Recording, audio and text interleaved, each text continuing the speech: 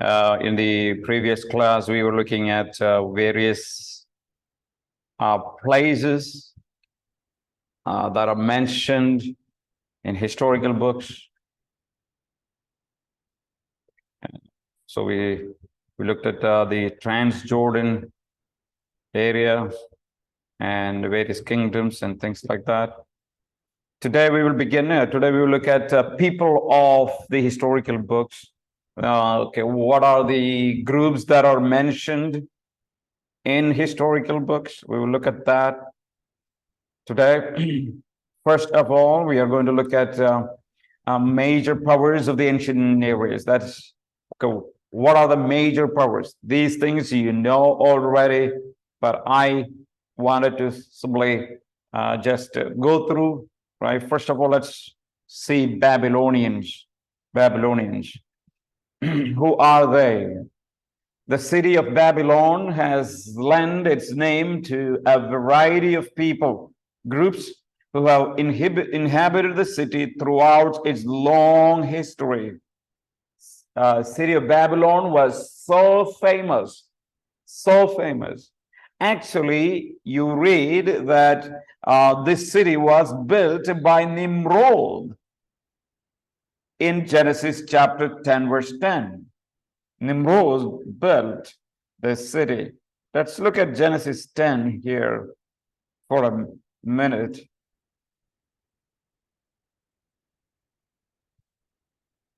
Genesis 10, you read the first senders of his kingdom. Well, if you read from 9 onwards, he was a mighty hunter before the Lord. Who? Nimrod. That's why it is said, like Nimrod, a mighty hunter before the Lord. The first senders of his kingdom were Babylon, Erech, Akkad, and Calneh in Shinar. So what you read about Nimrod in Genesis chapter 10. So he built. Babylon was restored. Right? Of course, it was built very early in the biblical times. It was restored by Sargon of Akkad. Then later taken by the Amorites and Sumerians. These are all some of the people who are there in the ancient Near East, ANE. The zenith of old Babylon came under Hammurabi in the 18th century BC. But his descendants could not maintain power, and the city fell into Hittites in 1595. It fell in the hands of Hittites. The city changed hands frequently over the next several centuries. Babylon's power was handled by various people groups.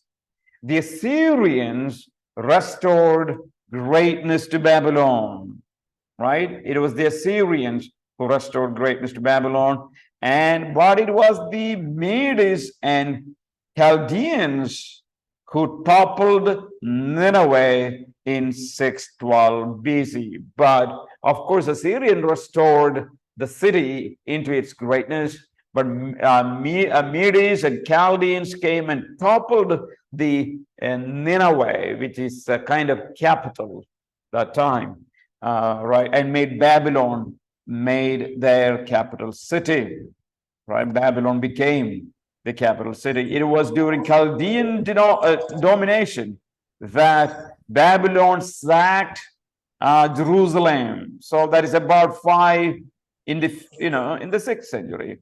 Babylon asked Jerusalem and took people of Judah into exile.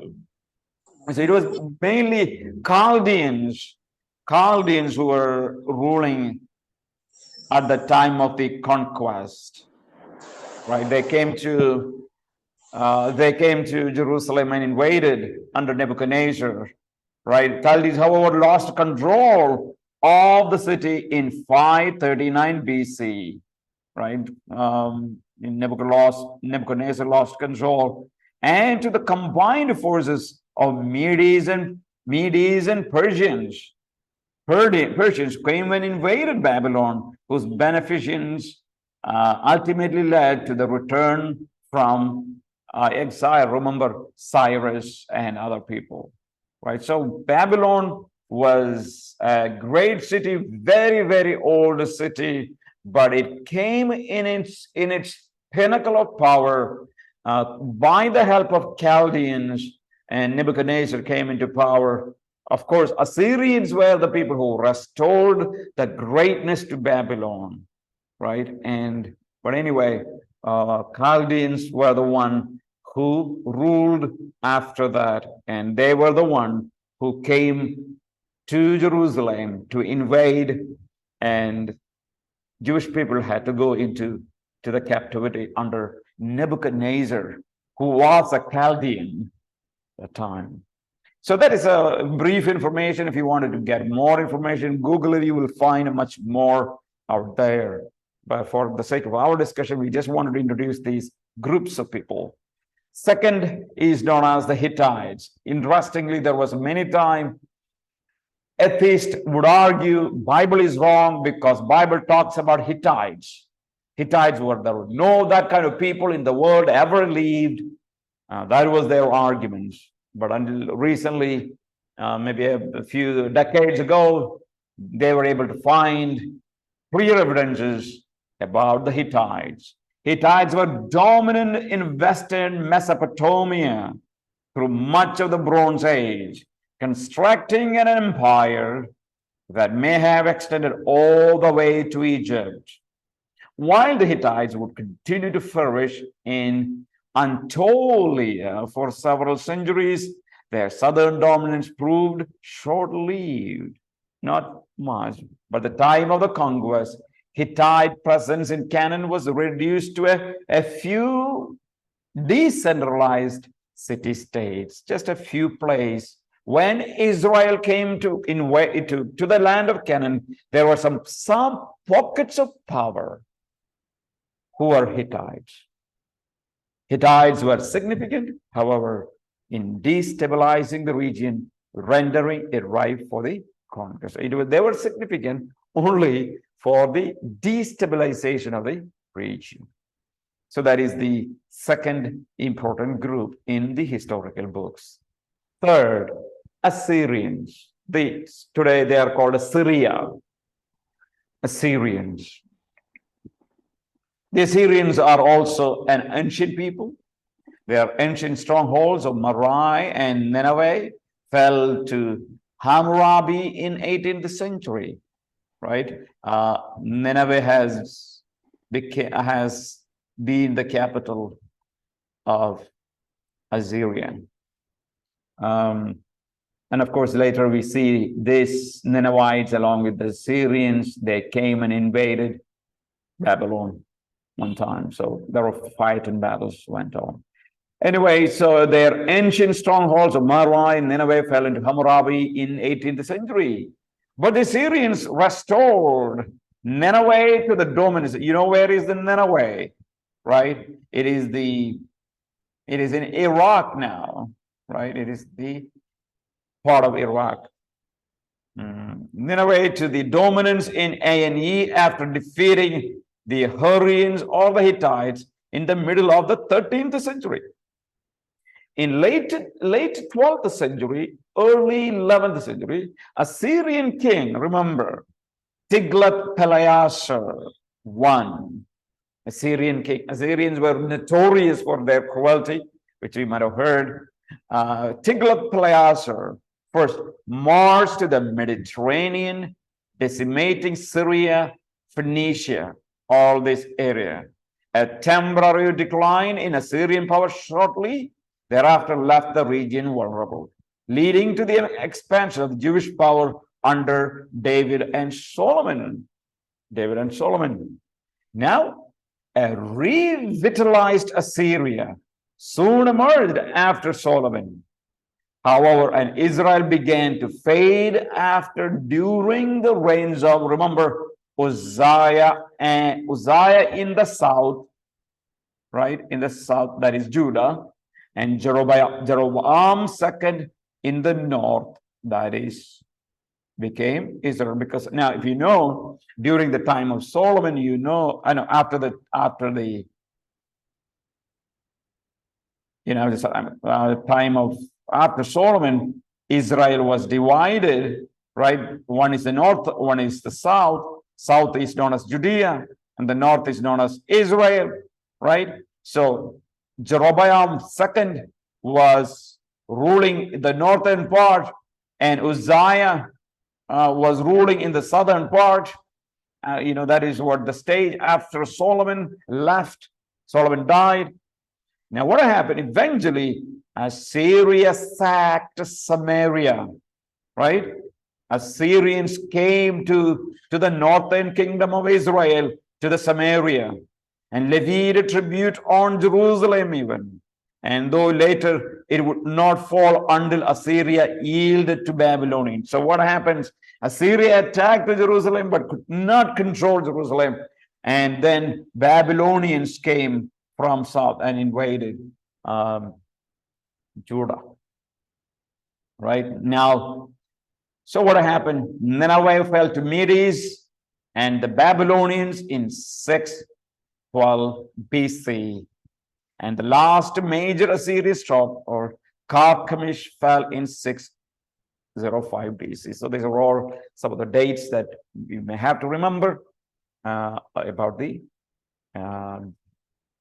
Assyrians. So Nineveh became the capital for Assyrians. They invaded northern kingdom. Now, if you know the history of Judah and Israel, until Solomon, Israel was known as one country, just one country. Israel was one country. But after the death of Solomon, it was divided into two. Now, there is a time comes, Jeroboam rules the north and Uzziah rules the south. That is a time Assyrian attacked and invaded the northern kingdom of Israel. And they came to Samaria, which was the capital of northern kingdom. And that's the reason you have Samaritans in the north. Remember Jesus went and spoke to a Samaritan woman there, which is also, so you may wonder how there was a Samaritans. Samaritans were mixed race, Jewish people as well as Assyrians. They mixed and married because of this invasion of Assyria. And those mixed race were Samaritans, not like pure like the rest of the Jewish people in the southern kingdom. Now you have Persians. Yes, Persians became in power, right? Remember, if you read Daniel, Ezekiel, and other places, you see here about Medes and Persians historically occupied the region east of Babylon after Nebuchadnezzar, and as such were some distance from the land of Israel. So they were very close to Israel. The sudden rise to power and annexation of Babylon in 539 BC proved, however, to be a great boon to Judah, who were exiled in Babylonia. So remember, Daniel and the groups were there under Nebuchadnezzar. They were in that exile. But what happened when these Medes and Persians invaded? It was a great help for Jewish people, right? And the events of Ezra, Nehemiah, Esther, and the second half of Daniel fall into the period of Persian dominance. So if you know the background of Ezra, Nehemiah, Esther, and a second portion of Daniel, all comes under Persian influence, right? And Israel is returning to the land of Canaan under Cyrus, and remember Zerubbabel, the leaders. Ezra leads, Zerubbabel leads, and they go back to their land to rebuild Jerusalem, rebuild the city, and things like that. So you have Persians in the historical books. Other powers of the Great Leaven, the Arameans, all right, or Arameans. Arameans probably owe their name to Shem's son Aram. Remember Shem, Ham, Japheth, three of Noah's son. Shem's son was Aram. That descendants were known as Arameans. And are the people group from which Abraham originally descended. If you really know, if you really look at it, Abraham originally descended from this people group, because Abraham is called in Deuteronomy chapter 26 verse 5 this way: a wandering Aramean, a wandering Aramean. So that's what you read. Originally dominant in upper Tigris-Euphrates River Valley, the Arameans were eventually pushed southward, where the Aramean city-state of Damascus grew in importance during the reign of David, until it became a leading city of Aramea, or Syria. The Arameans, while often antagonistic Israel, and especially Judah, provided something to buffer against Assyrians. Syria and Israel eventually became formal allies against Assyria. Of course, now these lands divisions are different, right? Each time the boundaries were different. But this alliance was insufficiently in resisting to Assyria, because Assyrians were much more into the northern side of Israel. Of course, they were part of, there was a time they would occupy the land of Syria as well, but then things changed. Now Syria is later known as the city of Syria, became on the east of Israel. In 732 BC, Assyria both destroyed Damascus and deposed Israel's king. Right? Assyria destroyed Damascus and Israel's king. That is what we see in 732 BC. All right, now the next group is known as the Ammonites. The Ammonites, along with the other cousins of Moabites, are the product of incestuous relationship that Lord had with daughters, right? Remember a famous story. Very evil one, right? Evil story. Lord had children in his daughters. So when you get time, maybe if you want, you can read and understand history. So Ammonites, along with their cousins Moabites, are the product of the incestuous relationship that Lord had. They settled in the central Transjordan region, and established their capital city in Ammon Rabbah. The Israelites were instructed to treat these people fairly because they're common ancestry. Remember, because who is Lord, who was the brother's son of Abraham. Moses' decision to grant historically Ammonite land to Gad and Reuben seems to violate this instruction. But Jephthah later clarifies that history aside, this territory was in Moses' day controlled by Amorites, and that's the reason Moses gave, and not Ammon, and thus could be seized. Nonetheless, much friction resulted. The guerrilla-like pestering of the Amorites began in Jephthah's day. If you read Nehemiah's and other places, you will see, and continued throughout the monarchy.